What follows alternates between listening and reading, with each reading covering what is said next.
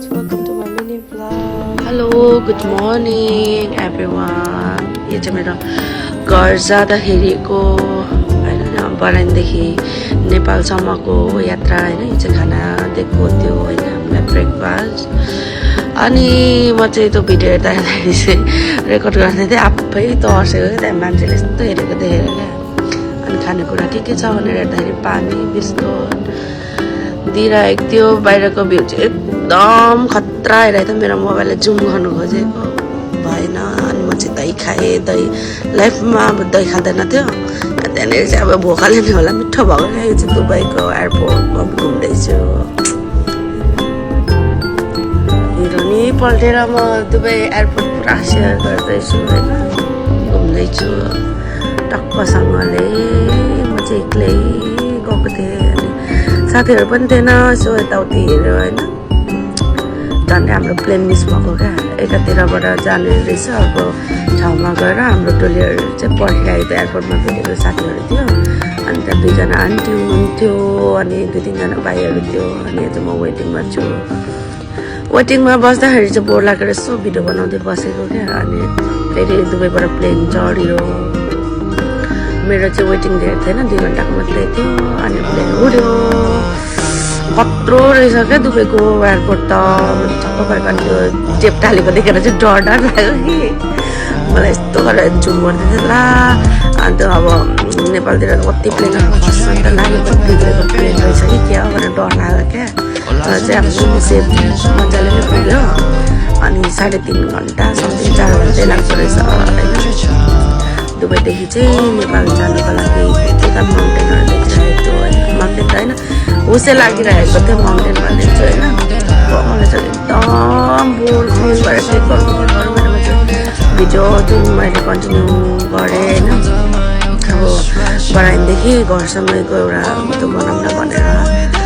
अनि यस्तो बादलमाथिबाट जाँदाखेरि चाहिँ मजा पनि आउने डर पनि लाग्ने अनि बोरिङ थियो एकदम। अनि यो चाहिँ झन् ल्यान्डिङ हुने बेलाको होइन। टक्कै यो चाहिँ नेपाल इन्डिया क्रस गरेपछि नेपाल छिर्ने बेलामा नेपाल होइन। कस्तो मोबाइल मजाले क्याप्चरै नगरेर सिसा पुसेकै थिएन जस्तो दुबई सरकारले। अलिक सिसा पुस्ने बेला भयो दुबई सरकार प्लेनको।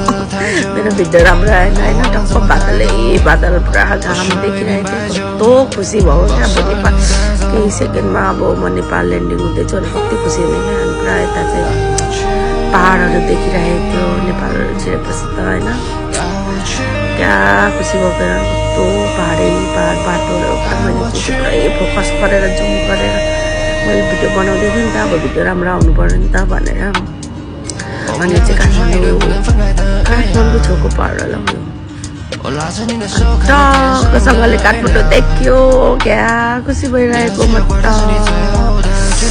वाउ हेर्नु कस्तो राम्रो राम्रो आफ्नो देश पुग्दा कस्तो खुसी लाग्ने क्या। यहाँदेखि चाहिँ हाम्रो नेपाल स्टार्ट भयो। कस्तो त्यहाँको सिनहरू है। यति धेरै खुसी भयो नि।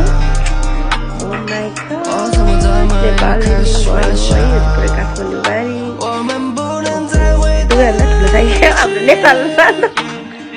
कस्तो ठुलो देखेको कि कस्तो राम्रो है। आफ्नो देश फर्केर आउँदा एकदम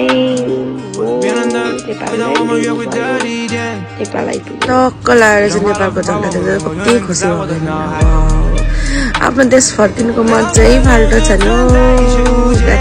अब कहिले जानु होला फेरि। फाइनली भाइसँग 2 वर्ष पछाडि भेट्यो। अनि हामी दुईजनाले चाहिँ पोखरा जाने प्लान बनाएको थियौँ। अनि पोखरा गयौँ हामी। पोखरामा गएर फोटो खिचेको यो चाहिँ होइन। मेरो फ्यामिलीसँग साकेलामा गएको थियो। यो चाहिँ मेरो छोराको छेवरको फोटो। किनभने हामी छेवर गर्नको लागि पनि खास चाहिँ गएको थियौँ 2 वर्ष पछाडि। Thank you so much guys.